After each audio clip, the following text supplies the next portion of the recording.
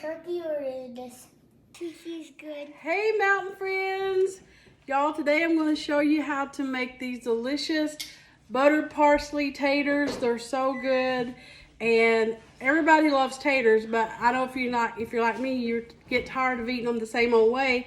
This is just a little different side dish that you can do with taters that is so good and flavorful, and they're easy and quick. That's what I like, and they're yummy, y'all. We're about to tear into them, but I'm going to show you how to make them, so just stay tuned.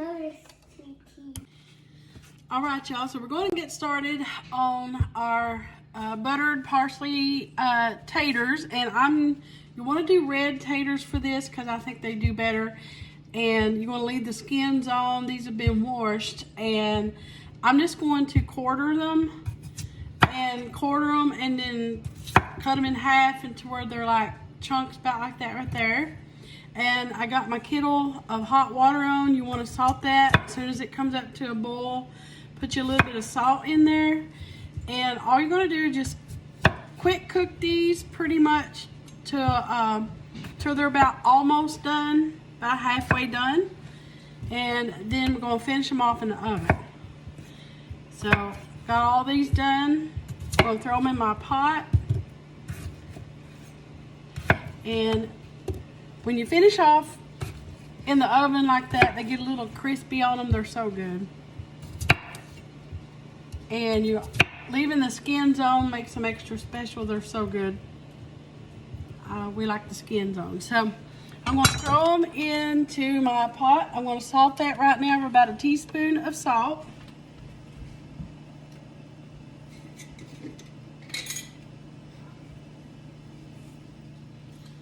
And once it starts boiling is when you want to salt your water.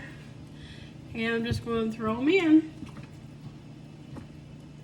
I want to add that while your taters are boiling, you want to put in some rosemary, and you can do a sprig of fresh rosemary. I don't have fresh, so I'm using about a teaspoon of rosemary leaves in with my boiling taters, and I set the timer for about 5 minutes, and after that we'll finish them up.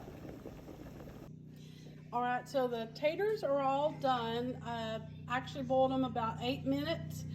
I have a half a stick of butter here already melted and 2 cloves of garlic, and my oven is preheated to 375. And this is about, I don't know what size of baking dish this is, but it's not a 9 by 13, but you don't need a really big baking dish. So I'm going to drain my taters and put them here in my baking dish. Okay, I got my taters in my baking dish, and now I'm going to add my seasoning. So I'm going to do about a teaspoon of black pepper. I'm going to do about a tablespoon of parsley. Fresh parsley is better if you got that. I'm just using dried parsley. I'm going to do about a teaspoon of dill, dried dill.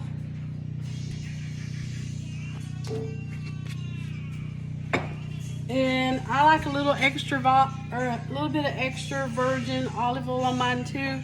So I'm just going to drizzle that. It's about 2 tablespoons probably. And I'm going to do a little bit of salt. I'm not going to do a lot of salt because I try to do low sodium. But add as much salt as you would like. You can always salt them before you eat them.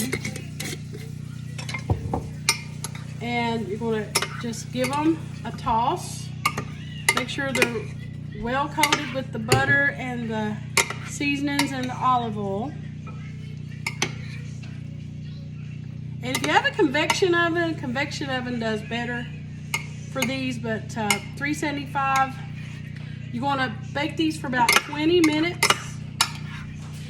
And when you pre-cook them like this, it soaks up that your butter and your olive oil really good. So they're going in the oven for about 20 minutes or until they start to brown to your liking.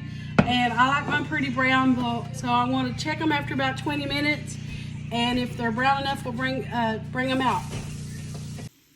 All right, y'all, look at these buttered parsley taters. Just got them out of the oven. I ended up baking mine about 30 minutes, and I finished mine off under the broiler a little bit because I like a little crispy on there. But you can see them sizzling in the bottom. Now they're hot, so gotta let them rest a little while before we tear into them. But these are some delicious buttered parsley taters.